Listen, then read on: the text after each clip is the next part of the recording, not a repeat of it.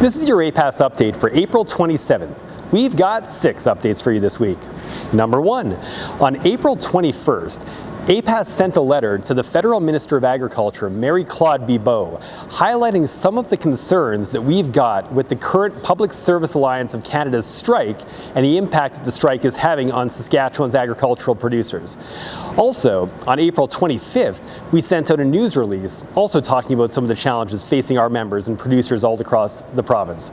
You can see a link to both the news release and the letter by clicking on the links in the video description below. Number 2, APAS recently reviewed the federal government's sustainable agriculture policy and ran the discussion questions from the federal government past the APAS Land and Environment Committee, which is made up of agricultural producers from all across Saskatchewan. We welcome the opportunity to provide input to the federal government as part of their consultation process, and we also sent in a submission to the federal government on April 21st.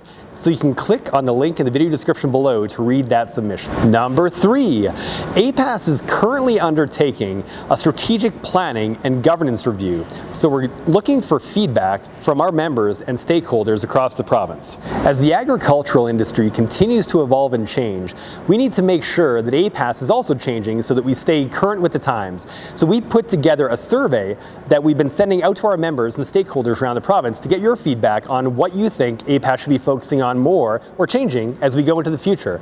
So the link to that survey is included in the video description below, so make sure to fill it out. Number 4, on April 20th, there was a really good article in the Western Producer that talks about the APAS Livestock Summit that we recently held in Saskatoon.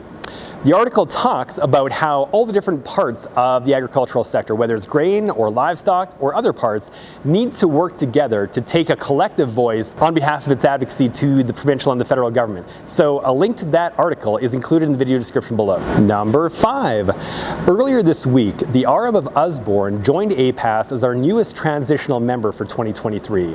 They joined the RMs of Whiska Creek, Walpole, Pinto Creek, and Porcupine as new members of APAS for this year. So a big welcome to all of them.